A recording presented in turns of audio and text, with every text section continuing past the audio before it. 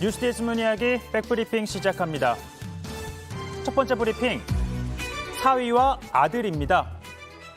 역대 대선에서 충청은 캐스팅보터, 그러니까 결정적인 표를 행사하는 역할을 해왔다는 평가를 받고 있죠. 특히나 BJP 연합으로 김대중 정부가 출범하면서 이런 인상 강해졌는데요. 그러다 보니 이재명, 윤석열 후보 둘 다 초반부터 충청권을 향한 구애 경쟁이 한창입니다. 당장 충청을 방문 중인 윤석열 후보, 충청의 아들임을 강조합니다. 저희 아버지가 어릴 때까지 논산군 노성면에서 계속 대를 이어서 500년간 살아오셨고, 할아버지가 지금 세종시인 연기로 자녀들을 데려가서 거기서 뭐 여러 가지 좀 사업을 하신 것 같아요. 돈을 좀 버신 것 같습니다. 아, 그러셨나요?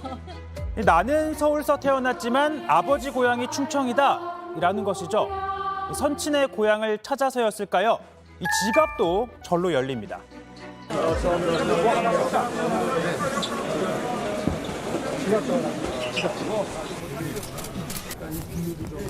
네, 천연비누예요. 이거는 뭐죠? 마스크팩이에요. 아, 얼굴에다 이거 하는 거? 네네, 아, 저녁에 그거는, 주무실 때. 아니, 그거보다는 이거 네. 뭐지? 요거는 뭡니까? 그건 토너, 천연 토너예요. 스킨이에요. 여행 다니고 하실 때. 그래서 가볍게 이렇게 드실 수. 실게. 네. 그리고 민주당 이재명 후보는요, 이번 주말 세종을 찾을 예정인데요. 2주 만에 또 충청으로 향하는 겁니다. 이 윤 후보가 아들이라면 이 후보는 충청의 사위를 자처하고 있죠. 여러분! 네! 여러분! 네! 충북의 사위 말고 충북의 딸 왔습니다, 딸. 앞선 충청 방문에서는 초등학생들과 만나 기본소득 정책의 필요성을 강조하기도 했습니다. 어머니, 아버지가 주는 용돈하고 또 학교에서 이렇게 모두에게 공평하게 지급되는 2,000원 기본소득, 그 차이가 좀 있어 보여요. 좀 어때요? 좀 뭔가 좀 색다르게 좀 당당할 수 있겠네, 그죠?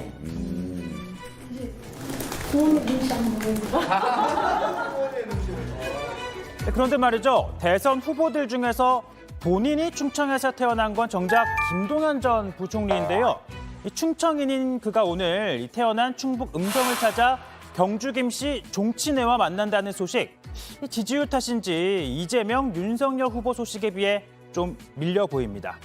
자, 이렇게 선거 때만 되면 구시대적 지역주의라는 비판 나오지만 그래도 어디에 아들, 딸, 뭐 어디에 사위, 며느리 찾는 건 정치인들의 단골 레퍼토리죠.